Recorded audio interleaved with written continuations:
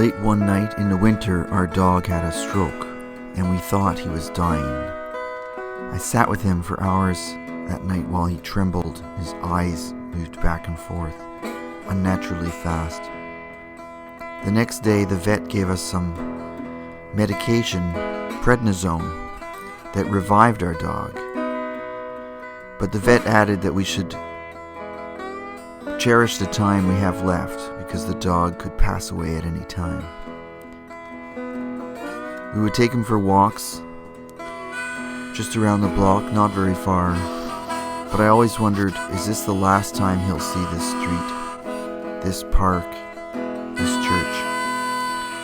We waited and months went by as our dog continued living, but I felt like he was a zombie propped up by the prednisone and living on borrowed time. Death was on my mind. I thought of a Buddhist book I had read, how the Buddhists encourage meditating on mortality and how that can lead to an awareness of the magic of the present moment.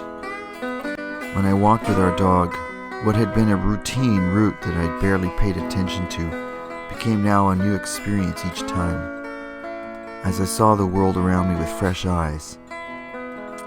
I recalled the Tibetan Buddhist myth of Shambhala, that legends say was a place of peace and prosperity, governed by enlightened rulers, where the people practiced meditation in the path of loving kindness towards all beings, and that this kingdom of Shambhala could still be found, hidden in a remote valley somewhere in the Himalayas.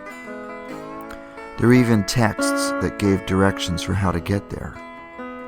But some see the kingdom of Shambhala not as a real place, like the Shangri-La of Lost Horizons, but as an ideal of an enlightened society, a ground in our inner selves where we can lay roots for the wakefulness that is the potential of every human being. The maps that lead to Shambhala are metaphorical guides to our inner nature.